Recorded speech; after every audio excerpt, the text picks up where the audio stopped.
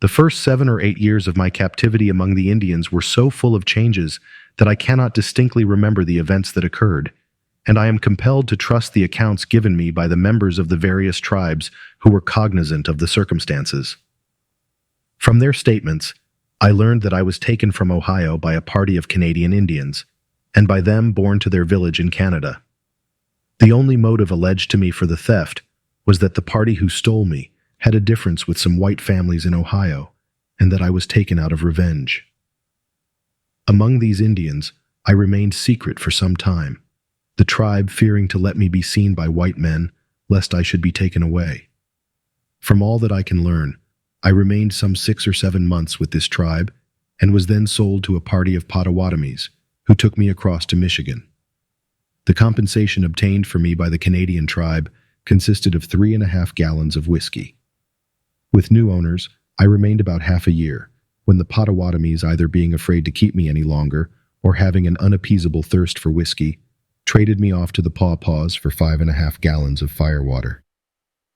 I could not say how long I remained in Michigan with this tribe, but I was at length transferred to the Winnebagos of Illinois, my value having increased with my age to the amount of 7.5 gallons of whiskey.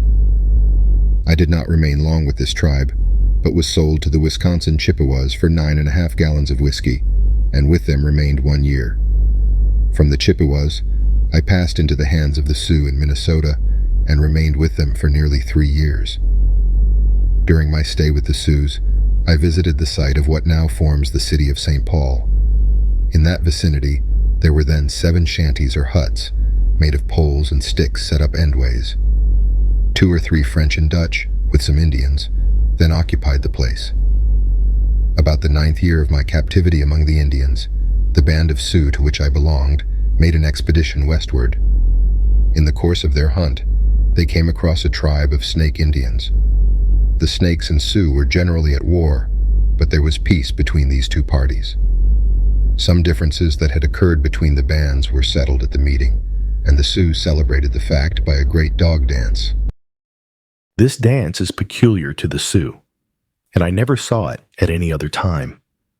The manner of doing it was this. A party of warriors squats around in a circle, smoking and talking. A dog is then taken, and its legs tied, after which it is thrown into the circle of warriors. One of the medicine men kills the animal with his tomahawk, cuts open its side, and takes out its liver, which is cut into strips and hung on a pole nearly the height of a man.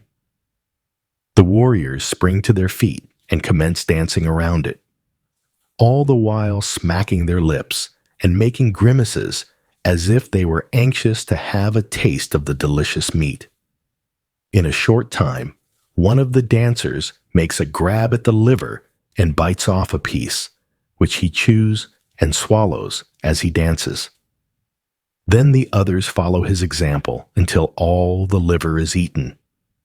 If any of the pieces should drop, the medicine man picks it up and carries it in the palm of his hand for the dancers to eat, after which they lick his hand. As soon as the liver is all eaten, the warriors sit down as before and wait to see if another dog is thrown in. As long as anyone gives a dog, they are compelled to eat its liver raw and warm, and no one is allowed to handle it except the medicine man. Women are forbidden to join in this dance. The Sioux think that those who thus eat the liver of the dog will possess that animal's bravery and sagacity.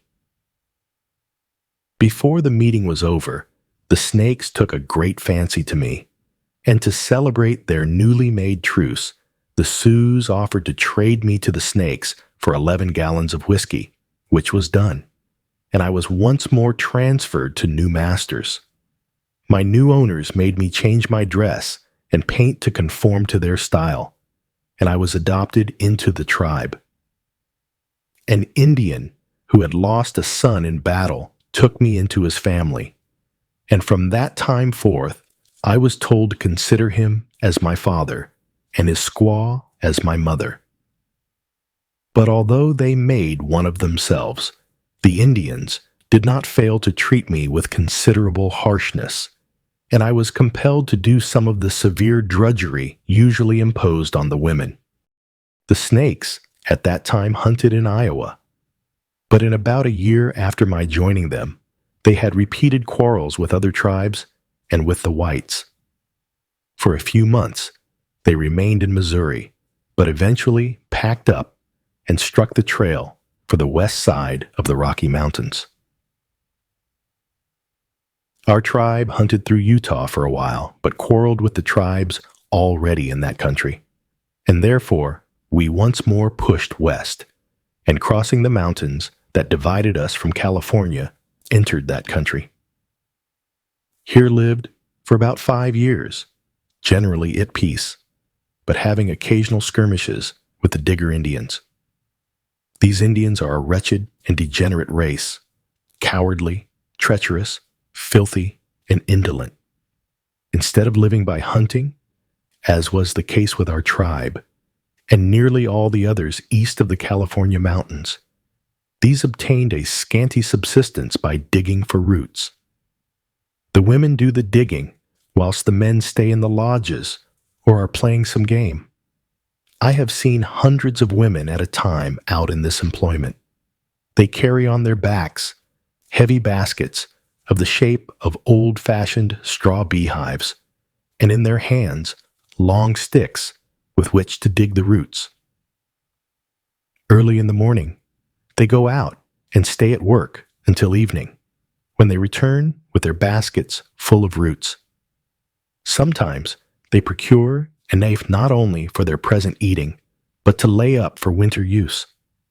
The men among the Digger Indians wear very long hair, but that of the women is cut short. Both are nearly naked and filthy in the extreme. Most of them are tattooed, the women especially displaying in general a large number of designs on their person.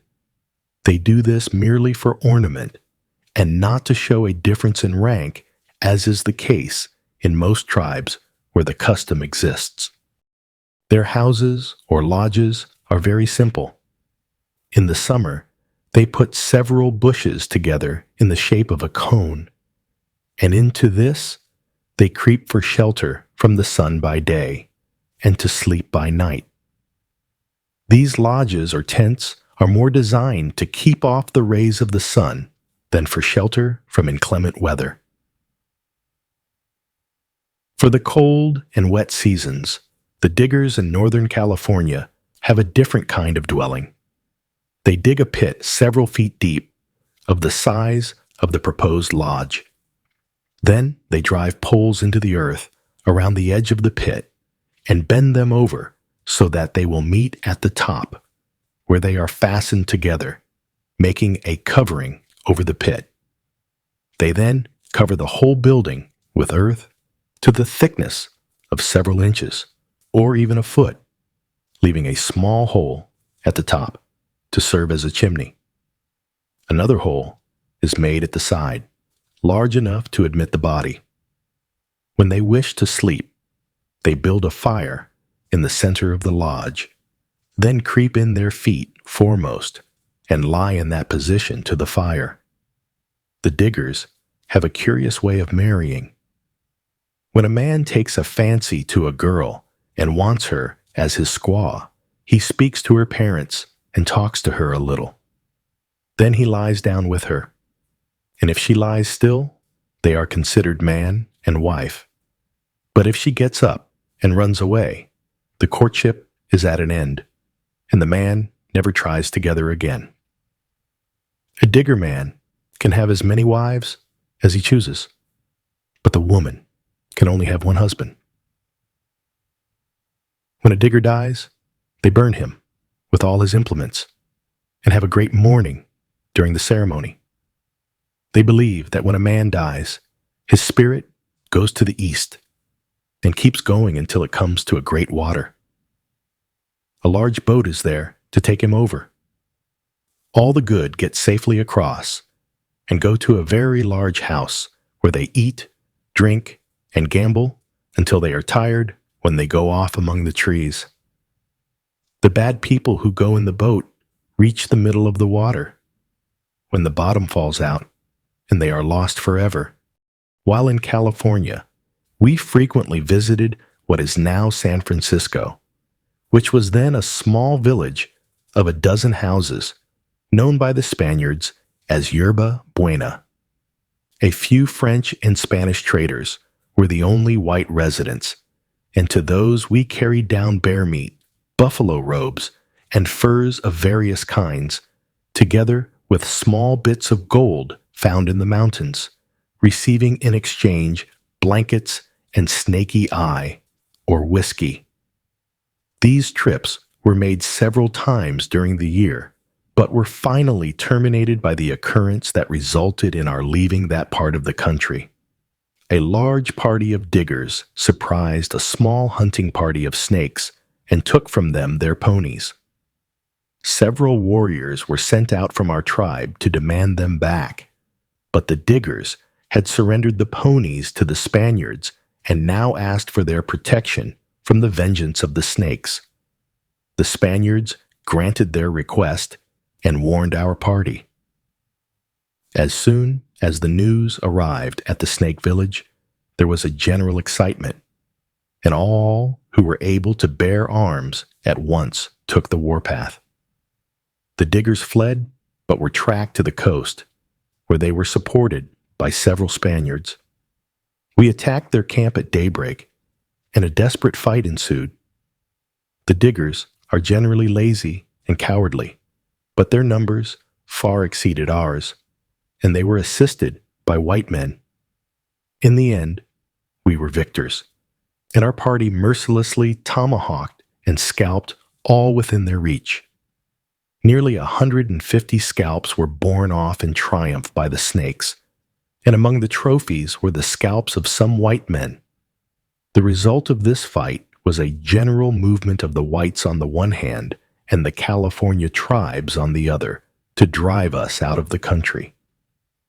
For a time, our tribe stood its ground, but at length it became evident that we could not remain peaceably in that region.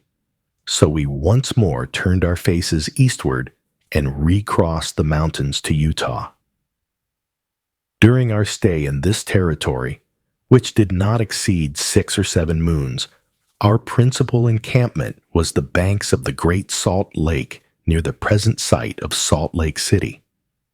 At that time, not a white man lived in that vast wilderness, though not many years afterward, a large city sprang up where our wigwams had formerly stood. Once more, our tribe became restless and dissatisfied with their location, and we changed our hunting ground to Oregon, remaining there for about 2 years. Here we came into collision with the Blackfeet Indians, one of the most ferocious tribes in existence. They are always at war with the tribes around them and make long journeys to attack some other nation.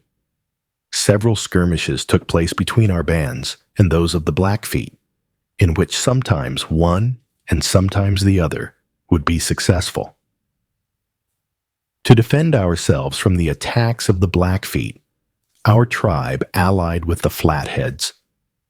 These are a very singular race who strap boards on the heads of their children to change their shape. There are 2 kinds of Flatheads: those who have the head flattened from the forehead back, making the head look like a wedge with the sharp edge in front, whilst the others have the sides flattened to have the point of the wedge upwards. The party allied with us was of the former kind.